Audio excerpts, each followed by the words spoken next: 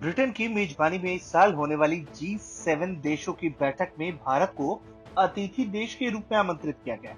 इस बैठक में भारत के अलावा ऑस्ट्रेलिया, दक्षिण कोरिया और दक्षिण अफ्रीका को भी अतिथि देश के रूप में निमंत्रण मिला है। G7 समूह में Britain, America, Germany, Japan, Italy, Canada और फ्रांस शामिल है। ये जानकारी विदेश राष्ट्रमंडल और विकास कार्यालय ने दी। लंदन में होने वाली इस बैठक में Canada, France, Germany, Japan, Italy, America और ब्रिटेन के साथ ही यूरोपीय यूनियन के विदेश मंत्री शामिल होंगे।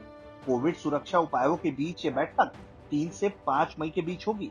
भारत के विदेश मंत्री एस जयशंकर के सम्मेलन के कुछ हिस्सों में शामिल होने की उम्मीद जताई जा रही है। बैठक में भारत के अलावा भारत प्रशांत क्षेत्र के देश अतिथि के रूप में शामिल होंगे। विदेश राष्ट्रमंडल और विकास कार्यालय ने कहा कि विदेश मंत्री ने इस साल G7 के विदेश और विकास मंत्रियों की बैठक के कुछ हिस्सों में शामिल होने के लिए भारत, कोरिया गणराज्य, ऑस्ट्रेलिया, दक्षिण अफ्रीका और दक्षिण पूर्व एशियाई राष्ट्र संघ के अध्यक्ष एवं महासचिव को भी अतिथि के रूप में आमंत्रित किया गया है। इस बैठक की योजनाओं के बारे में ब्रिटेन के विदेश मंत्री डोमिनिक रॉब ने पुष्टि के साथ ही ये भी कहा कि यह आयोजन दुनिया के सबसे बड़े लोकतंत्रों के लिए एक साथ आने का मौका है। गौरतलब है कि G7 दुनिया की 7 सबसे बड़ी कथित विकसित और उन्नत अर्थव्यवस्था वाले देशों का समूह है, जिसमें Canada, France, Germany, Italy, Japan, Britain और अमेरिका शामिल है। इसे ग्रुप ऑफ 7 भी कहते हैं। समूह खुद को कम्युनिटी ऑफ वैल्यूज यानी मूल्यों का आदर करने वाला समुदाय मानता है।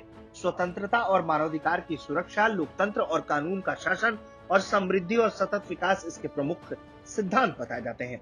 शुरुआत में ये 6 देशों का समूह था, जिसकी पहली बैठक 1975 में हुई थी।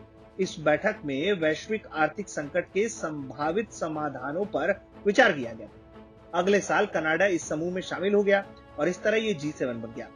G7 देशों के मंत्री और नौकरशाह आपसी हितों के मामलों पर चर्चा करने के लिए हर साल मिलते हैं। प्रत्येक सदस्य देश बारी बारी से इस समूह की अध्यक्षता करता है और 2 दिवसीय वार्षिक शिखर सम्मेलन की मेजबानी करता है। यह प्रक्रिया एक चक्र में चलती है। ऊर्जा नीति, जलवायु परिवर्तन, HIV एड्स और वैश्विक सुरक्षा जैसे इसके कुछ विषय हैं, जिन पर पिछले शिखर सम्मेलनों में चर्चाएं हुई थी। शिखर सम्मेलन के अंत में एक सूचना जारी की जाती है, जिसमें सहमति वाले बिंदुओं का जिक्र होता है। और ऐसे में हम देखें तो G7 में भारत को बतौर अतिथि देश बुलाना अपने आप में कई संकेत दे रहा है। जिस तरीके से पाकिस्तान और चीन के साथ भारत का तनाव रह रहा है, वैसे में अगर वैश्विक स्तर पर भारत की पूछ बढ़ रही है, तो ये वाकई में भारत के लिए भी बहुत अच्छी खबर है।